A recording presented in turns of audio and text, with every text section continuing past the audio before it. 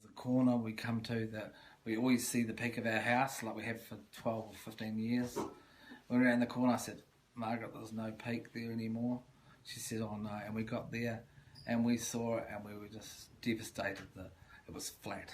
The cars were burnt out in the front lawn that we were trying to move and it was flat. And we had no idea that our house had burnt down.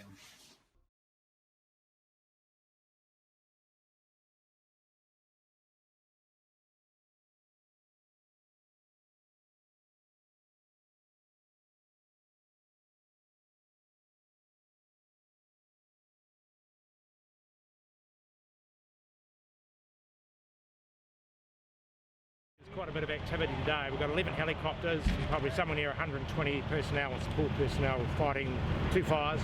One known as the Early Valley Fire, which is on the hill behind us and is run up towards pretty well the Summit Road, ending near the Cass Peak radar station.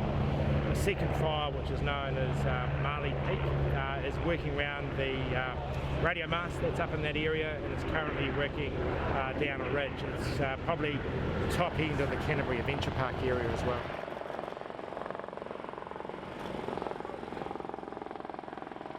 At 3 o'clock this morning we got a very strong knock on the door, and the police turned up and they told us we had to leave, that we had to evacuate, the fire was getting close. So we had a look out the window and sure enough it was coming over the ridge. We've got a covenanted bush at the top of our place which is about 1.5 acres. I thought it went up just as we were looking before, but it didn't. If it does, then it'll come all the way down the valley, unfortunately. We've had a fatal helicopter crash a short time ago. There was only one sole occupant of the machine. At this stage we have emergency services on site and we're in liaison with the CAA. We anticipate that we'll be carrying out a full scene examination in the morning, and we're currently in the stages of notifying the next of kin and wider family.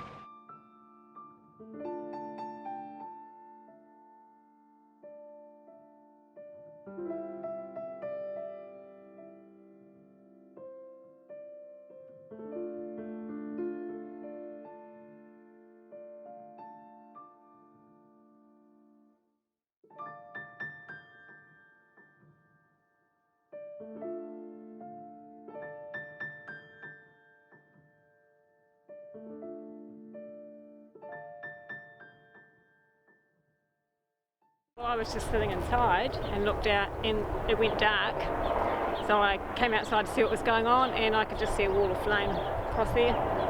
So I just jumped in the car and drove very rapidly down the hill, through the smoke and down to the bottom.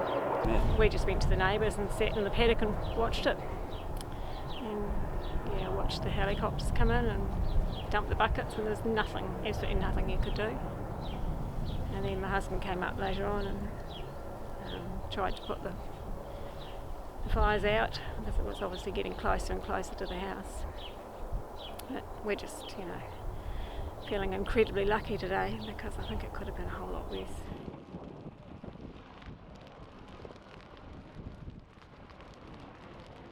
Well, look, it seems to have taken a turn for the worse this afternoon, which is quite concerning with evacuations. So we're expecting I've spoken to Minister Brownlee about it, and we're expecting a declaration of a local civil emergency there fairly shortly.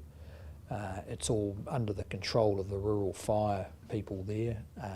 The Defence Forces are on standby to see what resources they could add, but it does seem to be getting disturbingly close to two houses, and you've got some reasonably significant evacuations going.